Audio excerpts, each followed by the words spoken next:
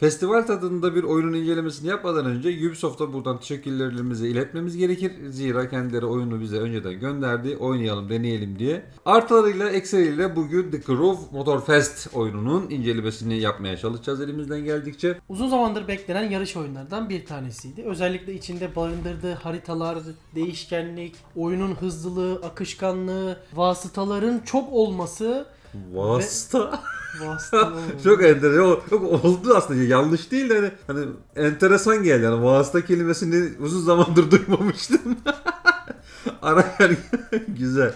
Araç mı? Ne denir? Yok, vasıta doğru bir kelime aslında ya. Nerede vasıtalar? Vasıtaların çok olduğundan bahsediyordun. Vasıtaların çok olması ve bir anda karada, suda, havada her yerde ilerleyebildiğin, çok eğlenceli vakitler geçirebileceğin, bence yarış oyunlarının en büyük eksiği odur. Eğer bir yarış oyunu hastası değilseniz saatlerce oturup yarış oyunu oynamazsınız. 2 oyun oynarsınız, 2 yarış yaparsınız, çıkarsınız. Ama bu oyunda size çok şey vaat ediyor. Sıkıldığınız zaman sürekli harita değiştirip, araç değiştirip farklı yerlere gidebiliyorsunuz. Bu arada bir düzelteyim. Harita değiştirmiyoruz. Kullandığımız aracı değiştirdiğimizde yarışacağımız yarış türleri değişiyor. Harita yine sabit. Onu belirteyim yani. Yine ama lokasyonlar değişiyor yani. Tamam da aynı harita. Hawaii Adası'ndayız ve bir festivalimiz var. Bu festivalde yarış yapıyoruz. Ve farklı haritalar da var. Farklı haritalar yok. Farklı yarış bölümleri var. Tamam, ben onu kastetmek tamam, istedim aslında tamam. ama yanlış oldu yani. Tamam. Farklı harita derken farklı yarışlar demek istedim yani. Harita demişken evet, devasa bir haritamız var ama buradaki devasalık alan olarak değil. Mesela The Crew serisinin ikinci oyunu mesela daha geniş bir alana sahipti. Alan olarak, kilometre olarak. Burada ise biraz daha dar bir alan ama çok daha dolu. Her bir köşesinde bir etkinliğin olduğu, bir yarışın olduğu, her an böyle bir farklı bir yarışa girebileceğiniz, size bu imkanı sunan güzel bir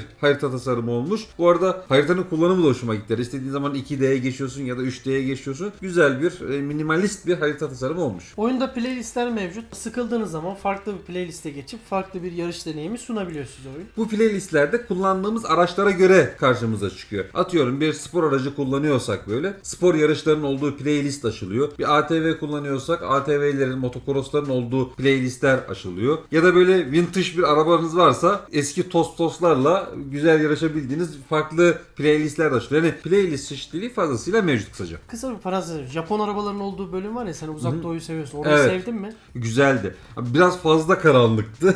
Çünkü bayağı bir hani bildiğin orada şeyi çok fazla kullanmışlar. Need for Speed'den bayağı bir esinti almışlar orada mesela. Birçok oyundan esinti var. Ona biraz sonra değineceğiz zaten. Yani oyundaki eğlenceyi playlistlerde böyle arttırmışlar, çeşitlendirmişler. Bu da sizi sıkmıyor. Az önce de söylediğim Aynen gibi. öyle. Bir yarış türünden sıkıldığın zaman, belli bir araç türünü kullanmaktan sıkıldığın zaman anında diğer araca geçip farklı playlistler açabiliyorsun. Ama ben şeye hayran kaldım. 600 tane araç çeşitliliği var ya. Hatta vasıta çeşit.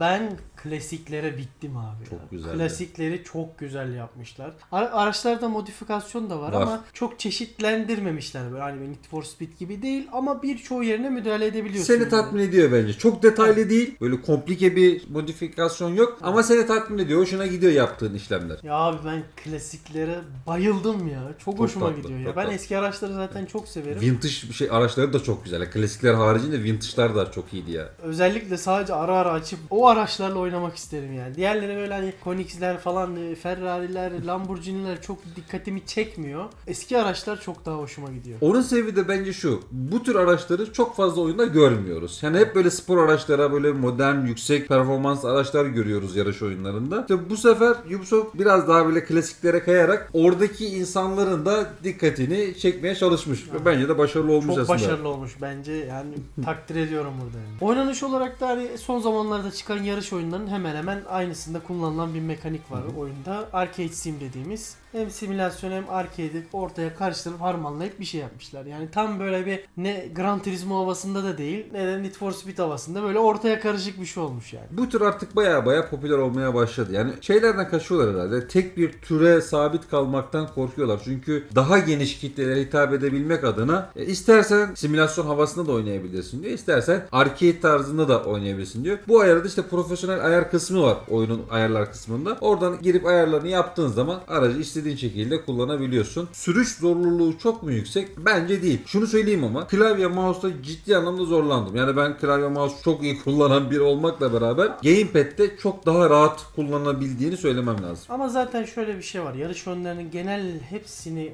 ben buna katacağım. Kontrolcüyle çok daha kolay oynanıyor yani. Kesinlikle haklısın. Bunu bir dipnot olarak düşelim. Oynamak isterseniz gamepad'i kullanmanızı tavsiye ederim. Bölümlere de biraz değinelim. Bölümlerde böyle çok kendini tekrar etmiyor. Böyle sanki böyle Hawaii'desin böyle bir festival tadında gibi böyle. Hepsi renkli renkli, farklı farklı. Hoşuma gitti benim açıkçası. Oyunun ismini bence fazlasıyla hak ediyor. Tam Motor Fest, yani bir yarış festivali olduğunu her anlamda işte adanın her bir köşesinde festival tadında yarışlar var. Şeyi çok güzel. Yani o playlistlerin çeşitliliği çok güzel. Yani motor kullanabiliyorsun, ATV kullanabiliyorsun, yarış arabası, vintage'ı, Toyota'sı, Japon'a var da var anasını satayım. İşte bu da hakikaten evet bir festival var ve bu ada sadece bu festival için ayarlanmış diyor. Gayet de güzel olmuş bence. Ada o atmosferi fazlasıyla yansıtıyor. Aynen öyle. Ya oyunda her şey iyi hoş da kardeşim. Yıl olmuş 2023. Bu oyun bana nedense 2023 yılında çıkan bir oyunun tadını vermedi. Oyunda DLSS yok, RTX yok. Kaplamalar neredeyse çamur gibiydi yani. Yalnız o kadar överken bu kadar sert de gömmezsin ya. Ama abi şimdi bak. Biz her zaman bunu yaptık. Olan neyse onu söylüyoruz Evet, evet. yani. Tamam güzel yanları çok güzel ama araçların üzerinde biraz oynamışlar. Araçları güzel modellemişler. Onda sıkıntı yok. Ama çevre atmosferine baktığın zaman gerçekten sırıtan bir durum vardı ortada. Çok fazla copy paste şeyler vardı, kaplamalar vardı, modellemeler vardı. Evet yani hakikaten ben şeye çok şaşırdım. Yani bir RTX yoktu, DLSS yoktu ya da FSR yoktu. Tamam o oyun güzel optimize edilmiş. Buna lafım yok. Ama yani insan yine de bir bekliyor yani. Bunlar artık standart özellik olması gerekir diye düşünüyorum ben. Ama şunu da söylemem lazım. Bu özellikler olmamasına rağmen hem optimizasyon noktasında gayet başarılıydı hem de ışık yansıma kalitesi çok çok iyiydi. Onu da söyleyeyim. Ya biz oynadığımız süre boyunca zaten herhangi bir teknik sorunla yok, karşılaşmadık. Onu da bir kez daha söylediğin gibi tebrik ediyoruz yani. Son zamanda çıkan oyunları göze alırsak hani bunda bir hata olmaması gayet güzel. Gerçi bir yarış oyununda ne kadar çok hatayla karşılaşabilirsin ama yine de olabilir tabii ki. Olmayacak bir şey değil. O yönden tebrik ediyoruz Ubisoft'u. Oyunu tek başınıza oynayabildiğiniz gibi çok oyunculu modları da mevcut. Yani bana göre tek oyunculu modları yeterince sizi tatmin ediyor. Onu söyleyeyim ama yine de böyle arkadaşlarınızla da yine yarışlara girebiliyorsunuz. Ya da hiç tanımadığınız insanlarla bir parti oluşturup hep beraber PUBG tadında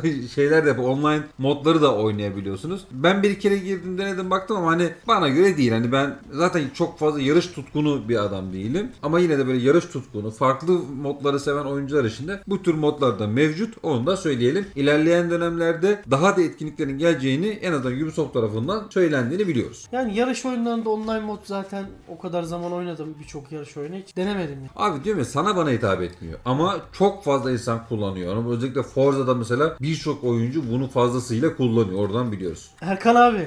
Yükleyeceğim Forza'yı. Şu eve bir taşınalım yükleyeceğim Erkan abi. Şimdi az önce sen oyunu bir grafik olarak bir gömdün. Ben de yavaştan senden bayrağı alayım. Ben de hafiften gömmem gerekiyor. Çünkü Bir iki Ya- kürek de ben atayım. bir de atmam lazım çünkü gerçekten şöyle bir sıkıntı var. Bu oyun ciddi anlamda yenilikçi olmaktan çok uzakta bir oyun. Evet başarılı yaptığı işler var. Oynarken eğleniyorsunuz, keyif alıyorsunuz ama size yeni bir oyun hissiyatı vermiyor. Bunun da en temel sebebi özgün bir oyun olarak çıkmak için uğraşmamış. Tamamıyla bir Forza alternatifi olarak ortaya çıktığı bariz bir şekilde belli oluyor. Hem harita tasarımından hem yarış işçiliği noktasında hem araçlar noktasında, kullanım noktasında, sürüş noktasında sadece Forza'dan değil, Need for Speed serisinden de özellikle Unbound'dan bayağı şeyler almış ama temeli tamamen Forza'ya dayandı. Şimdi hal böyle olunca işte insan şey diyor ya Forza mı oynuyorum yoksa Motorfest mi oynuyorum? Hani bu ikisi arasında gidip geliyorsun. Şimdi aslında bak yanıldığımız demeyeyim de bizim oyuncular gözünden baktığım zaman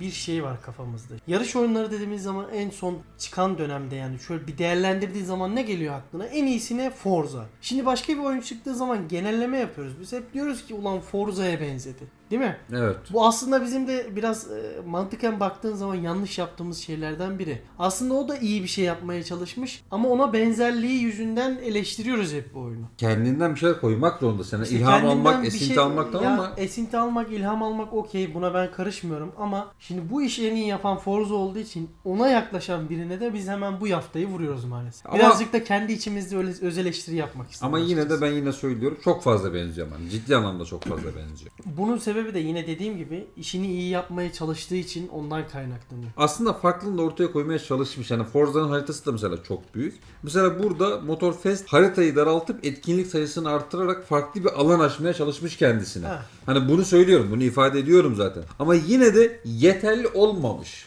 Evet. Bir şeyler eksik kalmış oyunda. Evet, Bir yani. şeyler eksik kalmış. Ya şimdi şöyle de bir durum var. Forza çıtayı çok yükseğe çıkardı özellikle 5. oyunuyla. O yüzden ona yaklaşabilecek şu an herhangi bir oyun yok bence yarış oyunları arasında. Başkaları için pek büyük sorun olmasa da benim için önemli detaylardan bir tanesi çevre etkileşimiydi. Bu oyunda çevre etkileşimi hem var hem yok.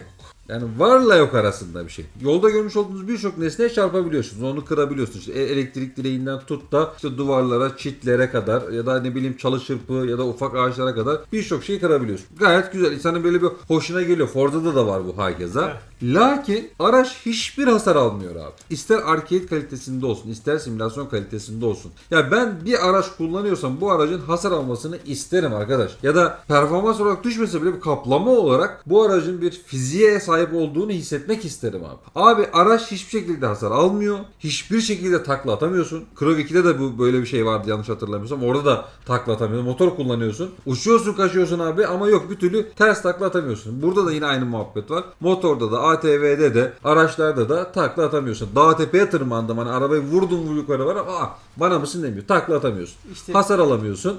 Bu da insanı bir tat kaçırdı. Benim için tat kaçıran bir mevzu bu. işte bu gerçekçiliği Need for Speed serisinde çok güzel yapıyorlardı. Hasar alması ve taklaları falan filan. Özellikle o ağır çekimler falan çok hoştu. Araç fiziği noktasında Need for Speed serisi gerçekten çok başkaydı. Özellikle Need for Speed Underground 2 benim için hala özeldir. Most Wanted da güzeldi bu arada. O Gelecek. konuda değerlendiririz. İncelemesi gelecek inşallah. Şimdi hazır Need for Speed demişken Need for Speed deyince aklımıza ne geliyor? Müzikler Snoop Dogg. geliyor değil mi?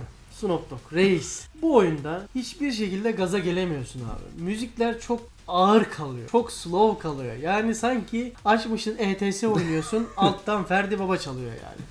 Bana hiç işlemedi. Ya slow demeyelim de yani seni gaza getirmiyor. Yani doğru tabir bence o. Seni hiç gaza getirmiyor abi. Bir yarış oyununda o müziğin alttan seni böyle körüklemesi lazım bence. Yanlış mı düşünüyorsun? Kesinlikle doğru. Yani Need for Speed serisini Need for Speed yapan en büyük özelliklerden bir tanesi de müzik kalitesi çok iyi. Yani bak ses efektlerini söylemiyorum. Hani Aynen. o çok başarılı değildi belki ama müzikler çok güzeldi. Seni oyunda tutuyordu, yarışta tutuyordu. Mesela geriye düştüğün zaman o müziğin de vermiş olduğu gazla, hazla bir daha ha gayret diyordun ama burada olmadı o ya. Aşağıdan ben normal müzik açsan çok daha rahat oynarsın yani. Bu arada fiyatına da değinelim. Hani fiyata değinmeden önce şunu da söyleyelim. Yani uzun soluklu bir oyun olmaz. Hani girip arada böyle 2-3 yarış atabileceğiniz bir oyun olur. Steam'de yok bu arada oyun. Epic'te veya Ubisoft Store'dan alabilirsiniz oyunu. Konsollarda da mevcut işte Play Store'da ya da diğer marketlerde de alabiliyorsunuz. Ama 1200 liracık eder mi? O da ayrı bir konu. Ya 1200 liracık bir de bu arada standart sürümü. Sana onu da söyleyelim. Ultimate sürümü en azından PlayStation'da 2200 mü 2100 lira mı öyle bir şeydi abi.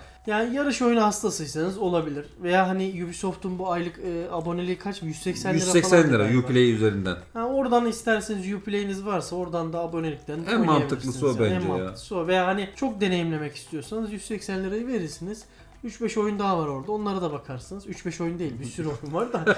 3-5 oyuna da bakarsanız bir aylık süre için söylüyorum ben. Oradan değerlendirebilirsiniz. Evet, bence konuşmamız gereken konuların hepsini konuştuğumuzu düşünüyorum. Sadece şunu söylemek istiyorum ben. Şu an günümüzde birçok oyuncu yarış oyunlarına karşı bir mesafesi var. Ama zamanında birçoğumuz Need for Speed 1-2'den başla bakın Underground serisinden demiyorum. Kırmızı arabayla Ferrari ile gezdiğimiz piksel olan oyundan bahsediyorum. O zamandan bu zamana kadar birçok yarış oyununu oynadık ve büyük bir hayranıydık. Yani Türk milleti olup da yarış oyunu sevmez mi? Bir şey oldu. Bir yarış oyunlarında bir kopukluk oldu ve bu türden koptu. Uzaklaştık. Bence bunun sebebi şu. En son mesela Unbound çıkmıştı hatırlarsın. O da çok güzel bir havası vardı ama yarım kaldı. Yani devam ettiremedik. Sanki bu yarış oyunlarında bu eskiden çıkan oyunlar mesela bir lineer yapısı vardı. Açık dünyası olmakla beraber hani bitirebiliyordun ve bitirebileceğine inanıyordun. O hevesle oynuyordun. Hikayesi her ne kadar böyle wow olmasa Yo, hikayesi da olmasa bile seni böyle ona hani şu yarışa gideyim, hikayeyi tamamlayayım, oraya gideyim, acaba ne olacak, böyle bir hikayede ilerliyordun. O yüzden tatminkar bir şey oluyordu yani. ama şimdiki çıkan yarış oyunları açık dünyaya seni atıyor. Her yerde bir yarış, her yerde bir telaş, her yerde bir koşturmaca. Oo diyorsun. Oh my god.